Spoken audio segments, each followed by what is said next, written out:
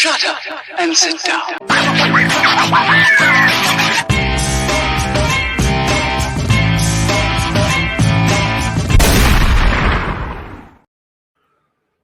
Boom. Wait, what happened? You didn't hear the boom? I didn't hear a boom or anything. You cut it off early. Welcome, everybody. Nope. How you all doing? There was no boom, nothing. It went Yeah, boom, there was boom. and then just nothing. Nope, I heard a boom on my end.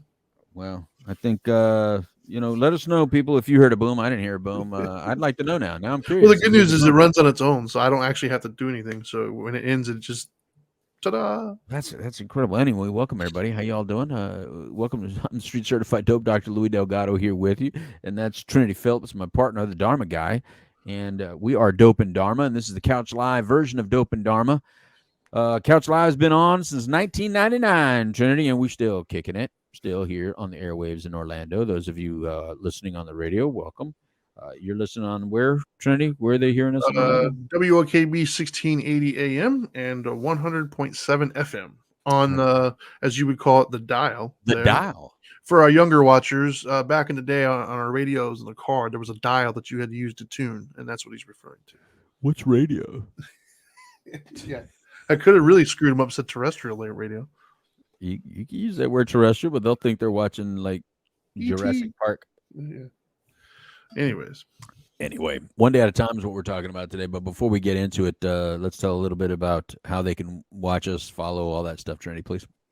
As always, if you're here local in Central Florida, you can listen to us on the radio on Mondays, as I just said, 1680 AM, WOKB, or 100.7 FM. If you'd like to listen at your leisure or you'd like to see our faces, you can do so on YouTube, Facebook, Twitch, and Twitter. If you want to watch it live, it'll be Facebook, Twitch, and YouTube under Dope and Dharma. If you want to listen on your own leisure without looking at our beautiful faces, you can do so on any of your major podcasting platforms, also under Dope and Dharma. That's very good. Thank you very much, Trinity, obviously. And, of course, this is a show that focuses on addiction and recovery, family issues, personal issues, all that kind of stuff.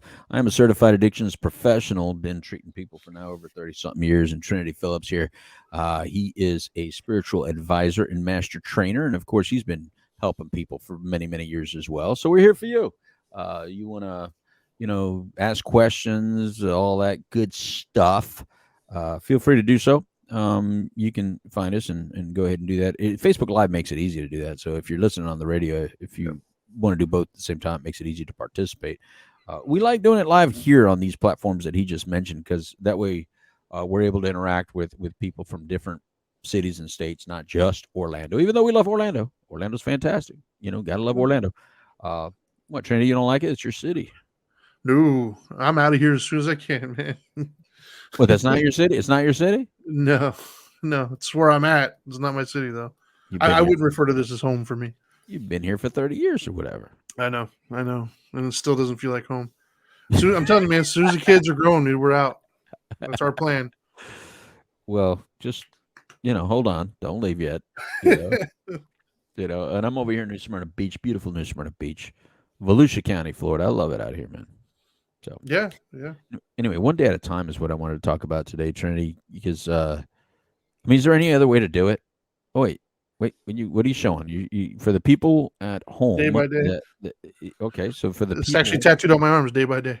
That's what he's showing. He's showing a tattoo. And if you put that arm up again, let me see that arm. Oh my God. Yeah, but look at that. Look at that arm. Day by day. There we go. Which is funny. When I got that tattoo, it meant something to me. Yeah. But then somebody came to me and asked me if it was for recovery, and I didn't know what they were talking about. I was like, what do you mean? It was one day at a time, whatever. It's like, oh, well, no, but it's a good philosophy. Yeah. That's pretty good. I think I was on a show. I think I was on a TV show called Day by Day for one episode back in the day. I think there was a show. I think it was Day by Day. I think that was the name of the show. But I look at that arm and I think the font size of that writing on your arm has to be like 6,000. I don't even know. I mean, if you write Day by Day on my arm, it has to be max, font size 16, 18. But on Trinity's arms, he requires a font size of 300. I think each of the letters are like an inch and a half. I think that's a big maybe arm. 2 inches tall. I've never even thought of that. I don't know. I do. You have the I luxury of never not, thought about that.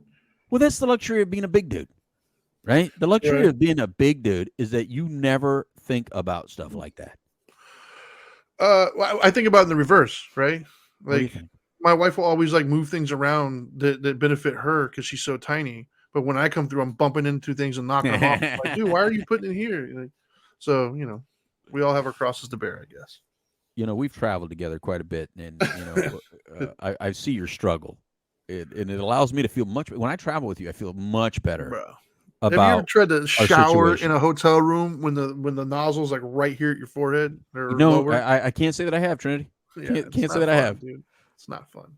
But I gotta admit, when I get into a tight shower, I laugh I chuckle all the time thinking about you. Yeah, Yeah. I'm not sure how I feel that every time you're naked in the shower, you think about me, but that's another Only conversation. when it's a tight squeeze. Yeah, I I the funniest one was when we went on a cruise, trying to take a shower, and the cruise ship Oh, shower is just yeah, yeah, it's not fun. yeah, I wouldn't recommend that one for anybody, let alone somebody who's of larger stature. yeah. All right, so tell me about day by day. When you tattoo day by day on your arm, what were you thinking about? What was happening at the time? Um, I don't know. I don't know if there's anything specific happening at the time, but my philosophy was, Mhm. um, take it one day at a time. Don't think too far forward or too far backwards. Mhm. Um, I don't want to live thinking only about what's going to happen so far in the future that you never know if you'll even make it. That you miss the present, and I didn't want to look so far backwards that I don't see where I'm going. So I just kind of wanted to focus on the here and the now and what's in front of me. So one day at a time, man. It's kind of like, how do you eat an elephant? One bite at a time. Yeah, Same thing, like, how do you make it through a lifetime of stuff? I'm gonna figure out how to make it through the day, man, and then I'll right. deal with tomorrow. Do you have multiple? For those of you that don't know, Trinity, the Dharma guy, here he has a lot of tattoos. And do you have more philosophical sayings on? I do. What are On the some of other the arm, other? Yeah, what are some of the other philosophical? well, on the other arm says no regrets, Okay, which rubs people yeah, that can rubs go people the right. wrong. Yeah, Yeah, when that. people hear that, if they don't hear an explanation, it tends Mhm. to ruffle some feathers, I guess. Yeah. And the way I would explain it, and I know you and I actually share this philosophy because we've Hmm. discussed it at length. Hmm. I don't necessarily, when I say no regrets, it doesn't mean that I'm 100% happy with the way every single thing has ever turned out in my life or every decision Hmm. that I've made, but Hmm. I have the same process of decision making and how I go about making a decision. And I try to make the best decision I can with what I have available at the time. And so, whether something turned out, like whether I'm happy with it or not, is not dependent upon the outcome because I can't Right. control every outcome. I can only control my process and my decisions. Right. So, when I put no regrets, my idea was to try to live my life with no regrets. So try to make the best decisions when I can, regardless of the outcome. I can be satisfied with that, if that makes sense, I guess. So if much as an example, something happened this morning. Um, that I came out this morning when I took my kids out, and I saw something that my mind immediately went to like a million different places to try to figure out what was going on. But Hmm. before I responded to any of that, or before I reacted or anything else, I first reached out to a few other people to get some more information, and then I was able to respond. So my process wasn't to freak out or do whatever. My process was, okay, this is interesting. Let me figure out some more information. Let me piece it together, and then I'll make a decision. I'll make a response. Hmm. And so because I do that in most areas of my life, I can feel pretty good about the outcome, even if the outcome wasn't what I wanted. Right. So you're not very impulsive.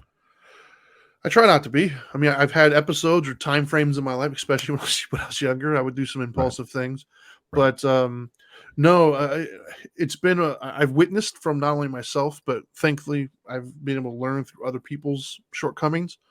Impulsivity doesn't seem to end well a lot of the times, Yeah. so I try to do my best to negate as much impulsivity as I can, even Hmm. though impulsivity feels good in the moment.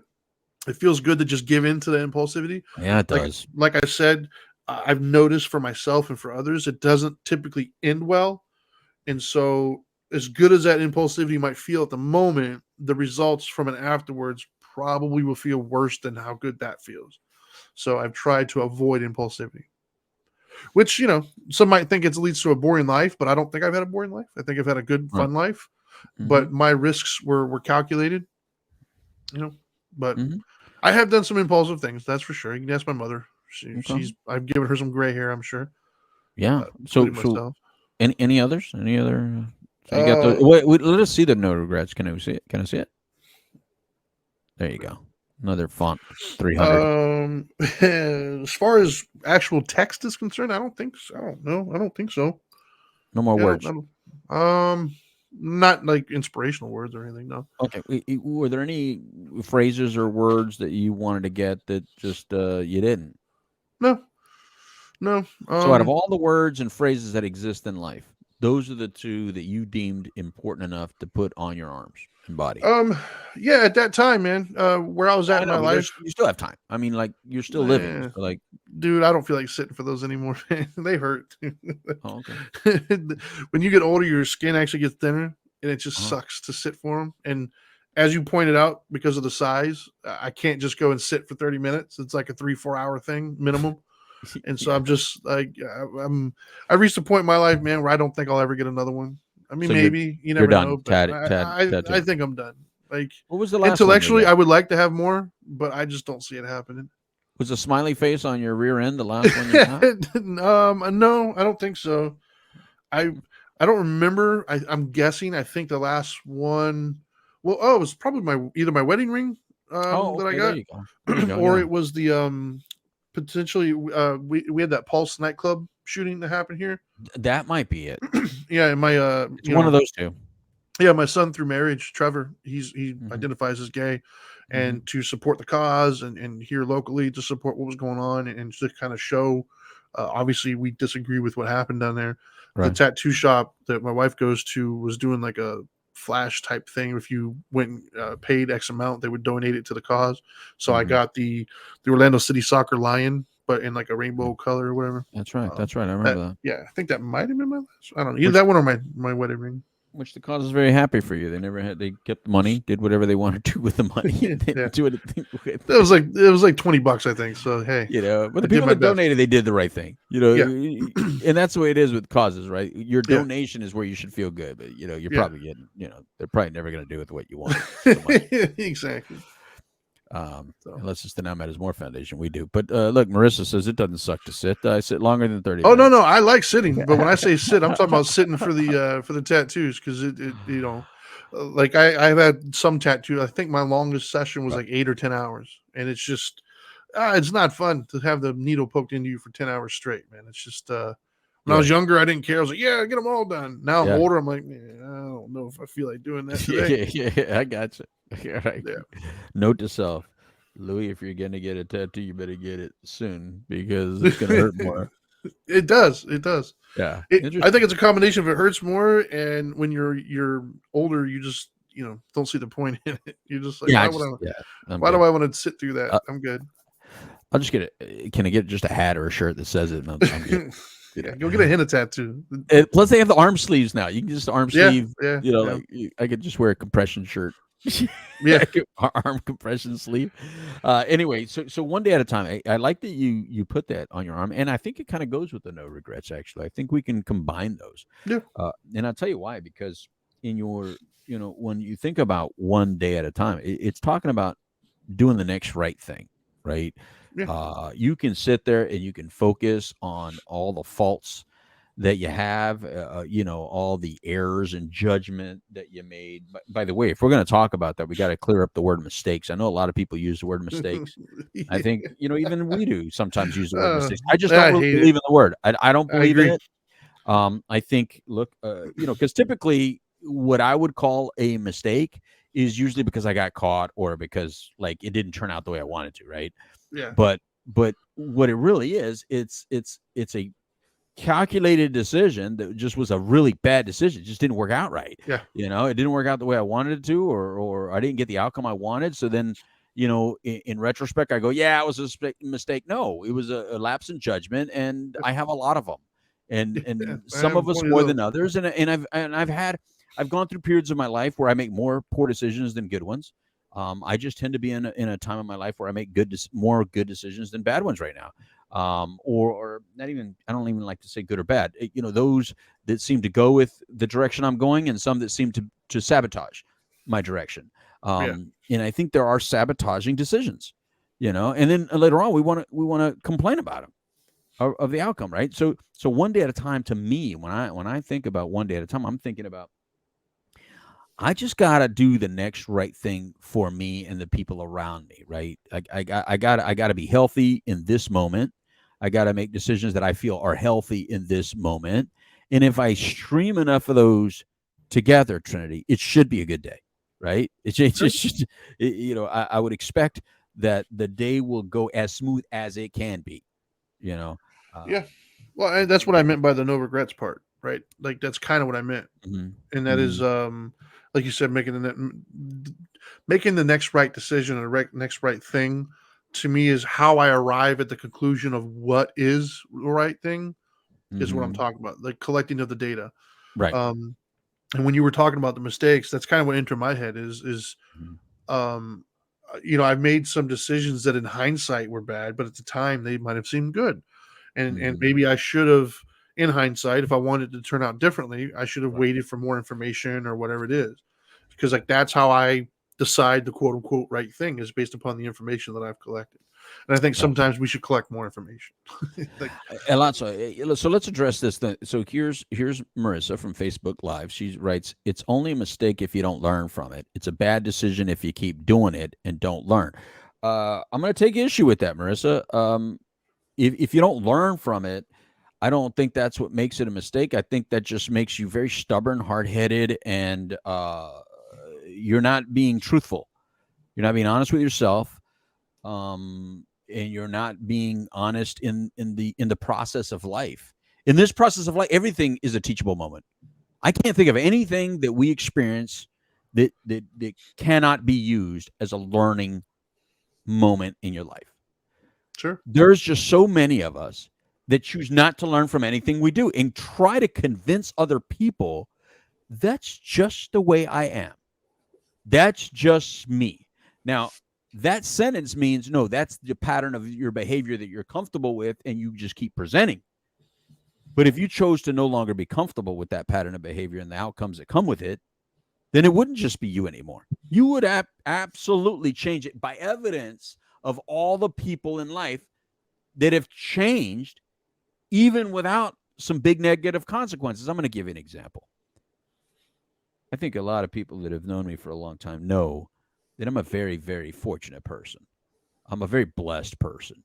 For a person that has done some of the things that I've done and not have the negative consequence, the typical negative consequences that come with those behaviors and attitudes that I had, that would tend to allow me to keep doing it until a wall would strike me hard, right? Until some sort of real strong negative reaction to my behavior occurred. And that's not what occurred. So I constantly get, wait a minute, Louis, what was it? Why did you finally change? What was it that you did, that made you go in a different direction? And like Trinity, I don't have a great story that everyone can relate to of, oh yeah, that's big enough. Well, I don't know. I mean, I would say that you and I probably share the same kind of instance, if you will, as far as well, I'll speak for myself, and Okay. you can say whether or not. But so mine wasn't necessarily a situation from beginning to end, right? But I had the threat of a very real thing that kind of finally started making me think, hey, maybe I should find something different to do with my life. Right. Like I had the threat, I had the potential of something catastrophic. Incarceration? Yeah. I had something catastrophic hanging over my head that thankfully never came to fruition. Right. And I think you had the same, right? You had a situation that could have turned out really bad, but it didn't. But Trinity, I didn't stop because of that. Yeah. No, that exists. No, that's my point, Trinity. That existed in my life. No doubt that existed in my life.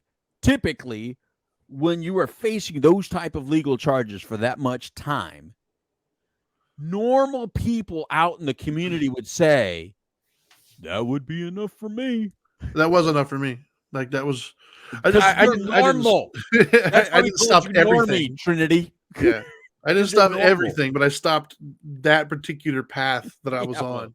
Well, I don't have the luxury of being able to say Yeah. that I'm normal. So, unfortunately, it only angered me towards the system more, even though I was given the gift of a lifetime. My brain chose to focus on how I was a victim rather than the person that deserved every little bit that was coming at me at the time. And I only gave them 7 months of good behavior for it. I mean, 6 months of good behavior, thinking I'm coming right back, brother. Don't you think that I'm not going to come back and be worse and meaner, more volatile? I totally planned on coming back with a vengeance. Yeah, I don't know if I changed my mindset. I think I just realized it wasn't working. I just wasn't willing to take the risk anymore. So I still had the same mindset because I took it with me into other areas, but they were just less severe. Yeah. Right. The laws and stuff that I started to break then were more like misdemeanor tickets and stuff. So I kept the same mentality. I just realized that, this square peg's not going to fit in this round hole anymore. And life gave me a really big red flag that said, hey, bro, like, you can keep going, but look what you're going to get. Yeah. So I don't think I changed my mentality, though. I got to say a lot of it, to me, a lot of it was, I don't think it's a secret that Dana had a lot to do with mine, meeting a person as good as Dana that didn't buy into my mentality. Full disclosure, I still have the criminal mindset. It hasn't left me. Well, it's not gonna leave. I just realized that I don't want to lose what I have. Right. But if I can't honestly tell you that if I had a guarantee like you'll never get caught, that I would make the right decision. I hope so. I don't know. Well, but my mentality is still very much there. I just, the consequences suck. Well, I'm going to say it a little bit differently because, I do think a little bit differently. I don't think it ever leaves. I just think it just has a weaker voice, at least in my head. It's not as loud for me. It still says it. I just laugh at it sometimes. I go like, where did that thought come from? Why would you even? Why do you still have a seat at this table, Mr. Bad Thinker? Like that little, red monkey in my head still comes up with little comments, and I'll hear it and I'll be like, all right, you're humorous. I laugh at him now is what it is. I laugh at him. He doesn't have like the chair position, but when he was chairman of the board, we were bankrupt in my head. It was like crazy. But what I'm saying is that one day at a time thing, I didn't think, first of all, as a young man, I didn't think I was living past 18 years old. So that even though YOLO wasn't a thing at the time, it was a thing. Like it's always been a thing. We just didn't name it, right? Sure. It was more seize the day, carpe diem kind of sentence back in the day instead of, YOLO, right? It was carpe diem. So it was always like, I'm just going to do what I do, how I do it. I don't care about, because I'm not going to live long anyway. Eventually, somebody's going to shoot a lot better than they have shot. Somebody's eventually gonna aim better, or because some of you, and this is just for the punks out there. This is not for the masses of you that are listening. This is for the punks that just may be listening on their mom's radio or whatever, dad's radio. Because you guys suck at shooting so bad, you keep hitting innocent bystanders, and you never hit your target. And that's the sad thing. Some of you just should never carry a gun because you just suck at it so bad. And when you first get, some of you are walking around right now and you got a gun in your waistband or something like that. Just know this: you are not a trained shooter. Put it away. Get rid of it, because all that will do is hit an innocent bystander. And in my cases, it was like not even much different. It was like innocent people got hurt in my life instead of me, or instead of the other side. Like it was the two parties ended up still just as well. Right. And so when I say one day at a time, I'm thinking this life has become so precious. I would have never met a Dana. And by not meeting a Dana, I would have never wanted to keep a Dana. By not keeping a Dana, I would have never had my daughters, Dahlia and Zoe. And by not having a Dahlia and Zoe, I would have never embraced how good this really feels to be a good man. I mean, it feels really good. I can honestly say now, without even laughing or snickering, I'm a good man. And I wasn't able to say that, Trinity. And I know you weren't able to say that in your head without thinking of the negative you did, Sure. because it came with an asterisk. it came with a now. You always had to say, I'm a good man now. Yes. But I've lived longer in this life now than I lived in that life now, because I'm 53 years old. So let me see. Yeah, I'm getting there. Let me do the math too. Lived a lot longer. I don't know the I lived numbers. a lot longer in this life now. So I can now say that I'm a good man, and it's because all day long I'm serving other people. All day long, from what time I wake up in the day to the time I go to sleep, I look at my phone, and people that are suffering are reaching out to me, and my only thought when I'm doing it is, how can I help that person through their pain? That's it. And because that's what I do, I get to keep what I got. Now, I had heard concepts like that, whether it be in an Alcoholics Anonymous meeting, a Narcotics Anonymous meeting, any kind of meeting. It always heard you got to give it away to keep it. I got to be honest with you, I had no clue what they were talking about. When they would say you got to give it away to keep it, I say, oh, hell no. You got to lock it away to keep it. You got to hide it from people to keep it. I always thought you just had to lie really well. You had to hide what you do really well. You have to be smart about what you do. Those were the philosophies that I had. You got to trust the right people. You can't be gullible. I had all the street kind of knowledge. That sounds really good, and I can still make cases for them. But it doesn't make for a good, productive, healthy, supportive servitude type of life. No, it does not. It just makes you kind of jerky. But then what you would say, or at least I would say, is, yeah, but I'm not jerky. My people know that I'm not jerky. If you think I'm a jerk, it's because I don't care that you think I'm a jerk. You're allowed to think that. I'm okay with it. Which is not where I'm at today. Where I'm at today is I don't even think along those lines. It's just like, I know that my heart is in a really good place, and I'm grateful to that. And I'm grateful for all the days of my past that I just believed in the process. They got me here. My mentor, I used to always say, is my father, right? I always used to say my father is my greatest mentor, right? And I'm not saying that he's not, as far as another human being. He's still, as another human being, my father is my greatest mentor. My mother's right there with him, right? But to be honest with you, my greatest mentor of all time is me at 19 years old. That kid that made the decisions that he made, and I remember the day he made them. I remember the fear that he had in his heart. I remember the risk and the drive that he took to California. He just packed up the car and he booked it. And I remember the songs that he played on the way there. I remember so much of that drive to California from El Paso, Texas. That kid saved and gave me my life. That kid is my biggest mentor in life, because I have no idea what inspired. I can give you details that sound like, oh yeah, that would inspire you. But how he embraced that inspiration and created it into a forest fire. He took an ember, right? Like a little tiny little ember. Yeah, ember. He took an ember. Here I am trying to use, English is my second language, and here I am trying to use fancy words. Screw the fancy word. He took this little match, and created a forest fire with a match. And he did that without him doing that, without him making that decision that day. And now, mind you, people, he's not responsible for my decision today and the day after and all that other stuff. But he created the path and the momentum, that initial push to momentum to keep it. And anyone who's ever pushed a vehicle knows the hardest push is the very first push. Yep. Right? You can run. If I run to a car and run into it, like if I did a Trinity to it, and just like ran into it like a football player, the car doesn't move. But if I just lean into the car and start walking forward with it, it'll move.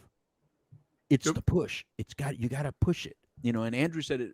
Andrew, my business partner at Telemed Clinic, says it with boats. And I was like, wow, dude, I love that he says it, because we use these things, and I don't know where he got it from, but it's the same thing. So there must be Mhm. someone out there teaching momentum, because that's a momentum thing. You can't rush it, you can't push it, you can't fight it. You have to slowly lean into it and push it forward, and that's what that kid at me at 19 did. And he showed me that you just got to do the next right decision. Where it goes from here, I don't know. And I used to say that all the time.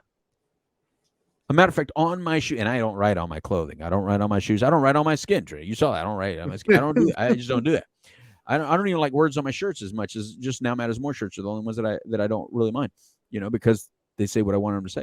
But I wrote, "I will overcome" on my shoe. I took that from Martin Luther King Jr., and I didn't know hardly anything about Martin Luther King Jr., me at 19. I knew the basics, but Right. I loved that phrase, that we shall overcome, and I robbed it. I stole it, and I made it my own, and I wrote on my shoe, "I will overcome." That's not an accident that 19-year-old kid did that. Me at 19 wrote that on my shoe because that became my mantra. That became my focus. I knew that I can beat this, but it wasn't beat the system. It wasn't beat the government. It wasn't beat this world. It wasn't beat my parents. It wasn't beat my enemies. It was beat myself's negative thought process. Beat the negative thought process that was within me that allowed me to constantly sabotage good stuff. I would sabotage good stuff because I wanted it, because I felt like I wanted it. I felt like I deserved it. I felt like it was owed to me. So I would constantly, like when people say take receipts, that doesn't work for me. When I hear take receipts, I think that's where I was at my worst. I took receipts. Right. I always took receipts. But that only brought out negative emotions towards myself and towards others. Taking receipts never made me love others. It made me No. judge others. Well, let's try to get a positive out of a negative. Right. It's not going to happen. Okay. So where do you Yeah. sit with all that, what I said? I know you must have been thinking something. Yeah, I know for me, I was trying to think of what keeps me, here, right? Yeah. I had that initial scare, if you will, that started the process of kind of changing things around. But even then, I still did questionable things, right? Like, I was still young. Like I said, I did illegal things, but they weren't, life altering legal things. They were like, I would do wheelies on motorcycles and race and stuff. Yeah, that's not Um, life altering. well, Unless if I died, I you wreck. guess, but yeah. Um, but at worst, it was like a misdemeanor type of thing, right? Like, I wasn't going to jail for a felony. Right. Um, but even then, I stopped a lot of that once my kids were born. And I wish I could say that I make good decisions daily because I want to keep my kids around, and to some extent, I'm sure that's true, but that's not really at the forefront. I don't think for me. For me, what's at the forefront is the peace that comes with not having to stress about things. Right. Like I remember when I was doing stupid things or illegal things, or I was kind of like, trying to get away with stuff. There was always this weird like cloud over you of like somebody might find out, or today could be the day it doesn't go well, or what would everybody think if they found this out? I don't have to worry about that at all anymore. Like I can sleep like a baby, not having to worry about anybody finding anything out, or things like coming to fruition or coming to light tomorrow kind of thing.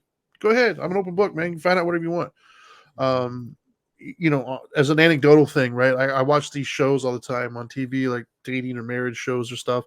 And there's always this weird point of contention between the spouses about giving their phones to the other spouse. And like, they're always really reluctant to do that. Mm. And it's like, I don't really care. Like, I don't have anything at all. So my wife has mine and I have hers. We never use it just out of respect, but she has it. Like she's not going to find anything on there, other than I look up like everything that you've ever seen on TV. Like I'll hear a word. I'm like, and I'll look up something, random. But it just feels good knowing that I don't have that stress hanging over me. And I like the way that feels. I like the feeling of I have nothing to hide. Yeah. Um, Yeah. it's just a very freeing, very liberating feeling. That's what I meant earlier at the top of the show when I said that impulsivity feels good, but nowhere near as good as like the Mhm. consequences of not having to worry about anything. Right. Right. You know, like, yeah, I don't have that a little adrenaline rush anymore of doing something I know I'm not supposed to be doing and getting away with it. But I also don't have that stress lingering over me anymore. It's a very freeing thing of, yeah, I'm good. I'm not really worried about any of that.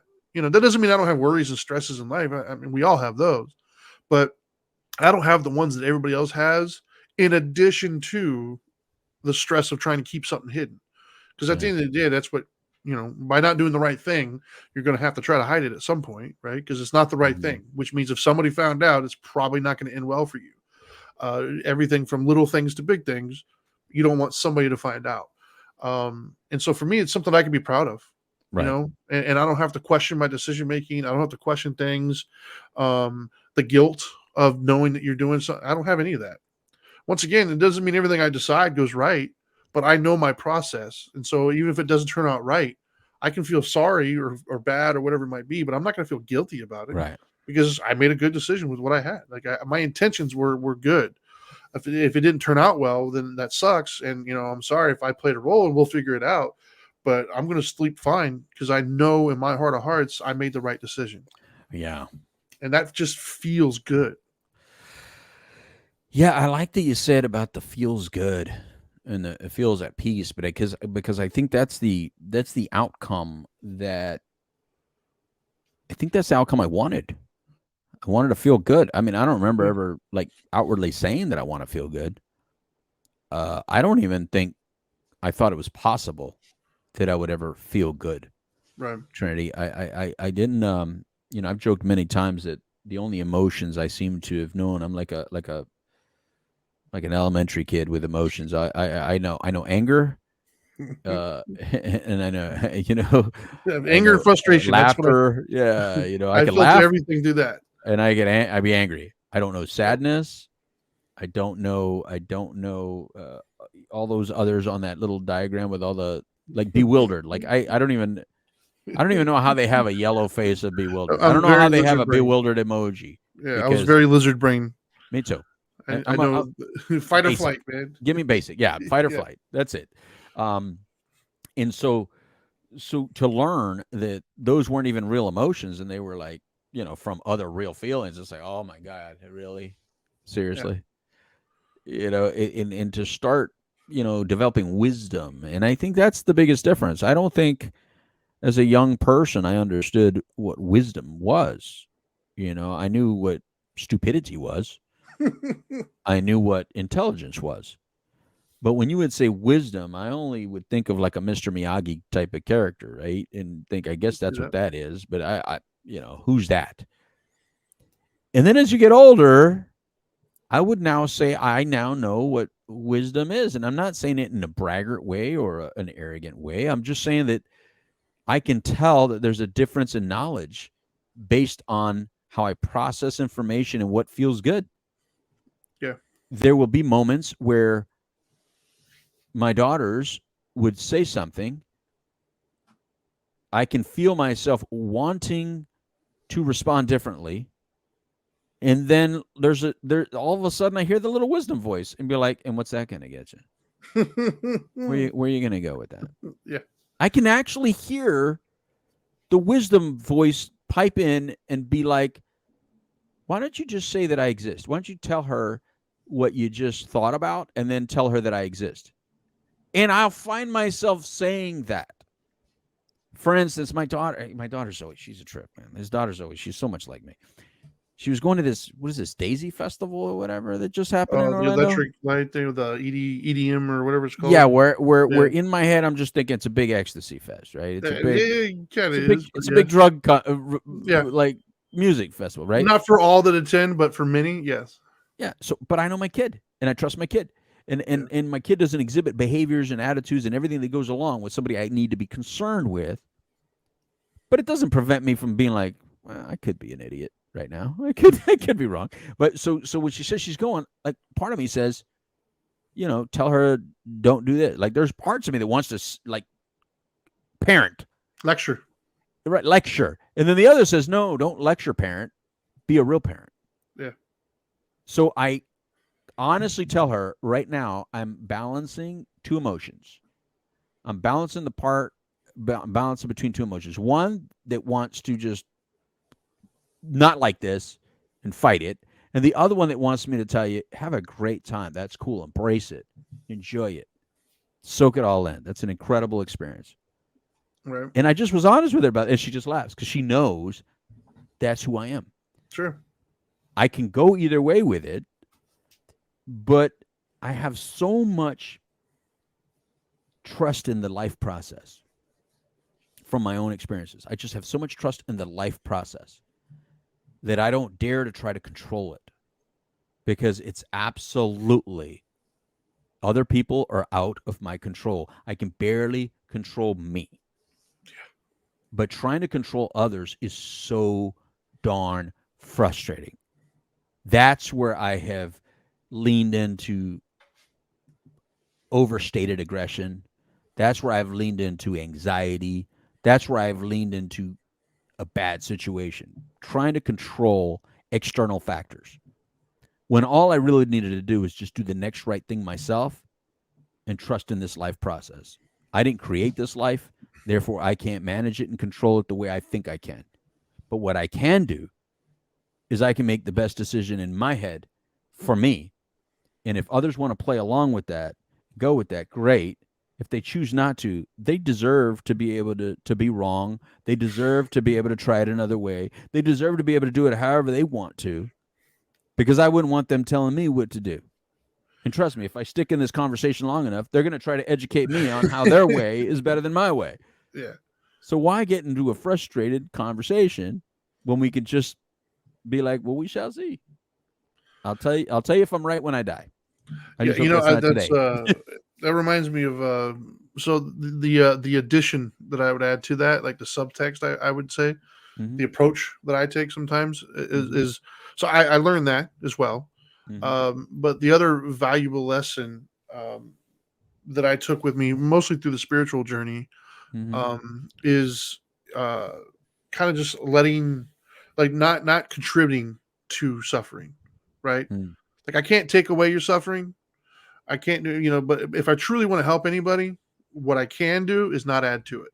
I can not be the reason you're suffering today. Right. And so, like, as another anecdotal story, right? You had your kid's story, I'll tell mine. Because it's so easy to do sometimes when you do get angry or frustrated. It's so easy to forget to not add to somebody else's suffering, right? Because you're wanting to lash out. I think it was over the weekend. I brought my son with me to go pick up some food. Right, we do our weekly Wednesday thing. Typically, I cook, but this week I didn't. We ordered some pizza, and he went with me to go pick it up. I came out and I had a stack of pizza boxes, for the whole family. And he was in the back seat of the car. So first off, he didn't go in with me. He wanted to stay on his phone or whatever. When I came back to the car, he didn't like open the door or anything. So I was balancing to open the door. And when I came in, the pizza stuff fell. And one of the top pizza fell like straight into the seat. Like, I'm talking ruined pizza. I had like the seat's terrible, whatever. And it sucked. It was frustrating. It was annoying because I felt like it could have been prevented. I was frustrated. I cleaned it up. I got a towel and I got in the car and we're driving home. And I heard him in the back seat says, "I'm sorry, I should have opened the door for you." Right. And so I heard him say that. And I immediately in my head, I was thinking, yeah, I mean, that's the whole purpose of you coming with me, right? Like, the whole purpose of you coming with me is to help me. So I'm not trying to carry it all myself, blah, blah, blah. Right. But my wisdom said, I'm not going to put this on a 12-year-old boy. I don't want him to carry that around. Like, I'm not going to add to his suffering. I'm not going to make, he's acknowledged, hey, I could have done something different. And that's all. That right there was my sign that I've done a good job as a father, that he was able to acknowledge, you know what, I probably could have done something different than that. And I didn't want to make him feel anything worse. I wasn't going to let him sit with that for however long, right? Like, it could have been something innocuous at the moment, but 30 years from now, I could be in counseling telling him about that one incident. And so I didn't want to add to it. So my wisdom told me, take a deep breath. It's pizza. Cares? Right. It's not a big deal. And I just told him, say, it's okay, buddy, man. It is what it is. It was my fault. I should have, I should have opened the door first or whatever. Like, it's not on you. It is what it is. So moving forward, obviously, I think if the situation occurs again, first of all, I'll know to have him come out with me. Second of all, I think he'll make the better decision as well. And that all happened because I had enough wisdom to realize that emotional reaction that I wanted to do wasn't going to be good for anybody.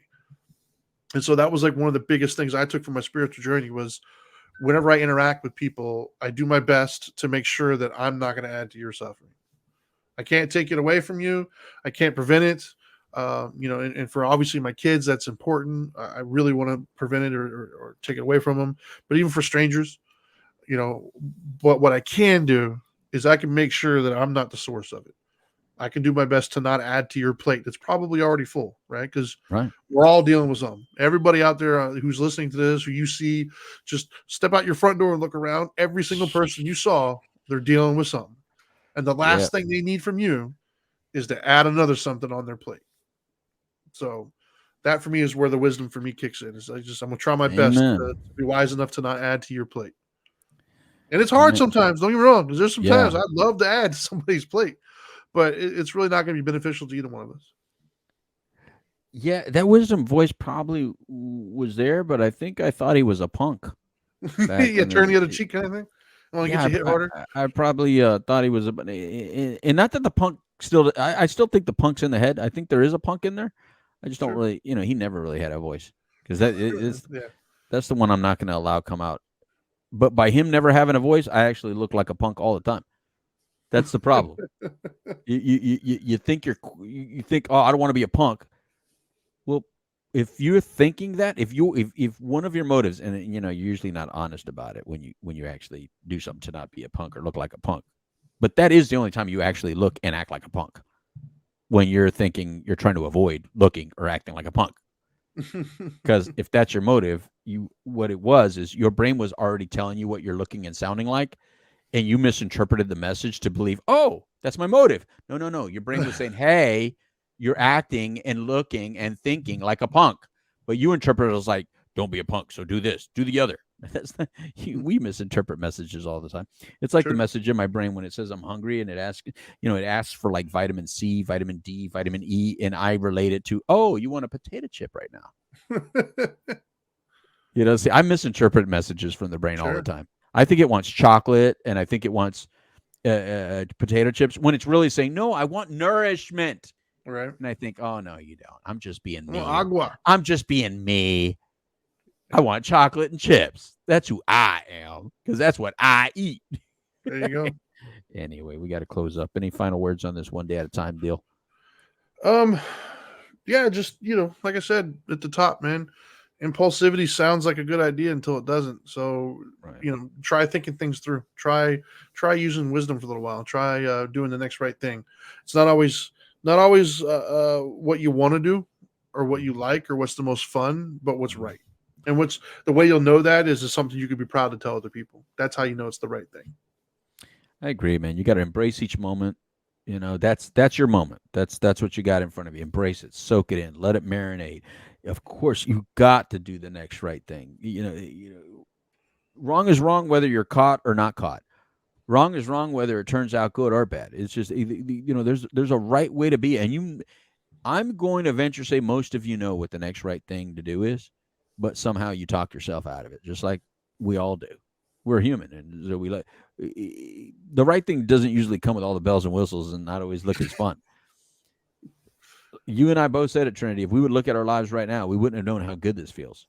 So if you would have said, hey, this is the way your life is going to turn out, I would have said, oh, my God, that is not what I want. Kill me now. But I wouldn't have been able to understand how good this life feels the way it is right now, the way it's structured. And it is beautiful. And so I really feel like you have to serve life to enjoy life. So serve life, serve in this life, and then you'll enjoy in this life. Anyway, got to let it go back to Shaw back at the studio and the fellas. You got to keep on going over there at WOKB 1680. Continue with the programming tonight. Hopefully you enjoyed it, Orlando. We'll talk to you again soon. And all these people on Facebook Live and all these other things. Hello. And, hope you enjoyed it. We'll try to do more programming. I've been off on these days that we've had to do this show, so there's been a lot of reruns, especially on WOKB. I apologize for that. Anyway, for now, adios amigos. It's time for a taco. Goodbye.